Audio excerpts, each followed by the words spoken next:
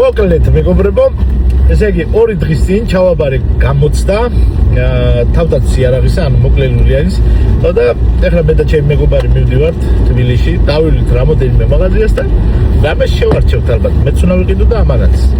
ასე რომ დარჩით, თუ ნებას დაგთავენ, აუცილებლად გადავიღებ და გაჩვენებთ რა უნდა შევიძინო. მოკლედ, არჩევანი გავაკეთე მაღაზია ვინჩესტერში. აი ეს ბეტორმის 8 ნომერია. გეცნობა შესაძლებელი. მოხალხა აქ დაგდებიან კეთილი გულით, კარგი სურვილებით და საუკეთესო რჩევებით. გამარჯობა.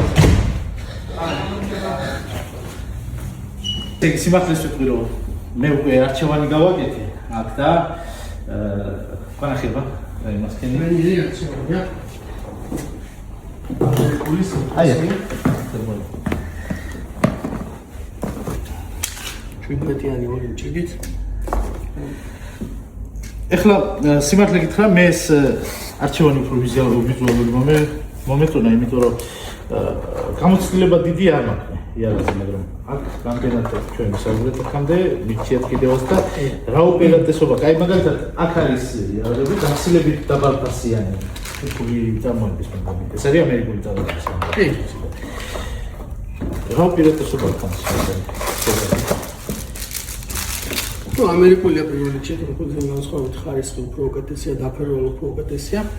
მაგრამ იმ საფასო კატეგორიაში ის თურქულები რაც ამუშავებს ჩვენივრად, მაგრამ რა თქმა უნდა უკეთესია არასდროს არ დაერგვა. ეს კომპლექტაცია ძალიან კარგი აქვს, ესე მოყვება დამატებით ნახევარი ორი მჭიდი. ვიზუალურად ძალიან ლამაზია რაღაც. ეს ტაქტიკურ სროლებში გამოიყენება, ხო? ყველაფერი ფოტოსთვის, ხო? ეს ბაზაა. Dacă cegile panele da, no, collimatorul ჩვეულებრივი სამიზნეებით გაუმჯობესებულია. ასკლარის მაგალითად, ახლა ჩემ გამონტერებში არის ძალიან ბევრი მოყარული იარაღი. აქ რომ მოვიდნენ რა შესთავაზ. ну, ახლა მარტო პისტოლეტი არ არის, ხო? ვაზნების დიდი არჩევანი გაქვს, რამდენადაც მე ვიცი. ვაზნების გაქვს, თურქული ასევე ჩეხური ვაზნები გაქვს, ხახრიც ლუიც იარაღებიც გაქვს, თურქულებიც გაქვს, იტალიურებიც, ამერიკულებიც, სხვადასხვა სეგმენტზე მუშაობთ. სანადირო ვაზნები? სანადირო ვაზნები თურქულს გაქვს, იტალიურიც გაქვს. ყველანაირი ვაზნები. აჰა, ძალიან კარგი. ასე რომ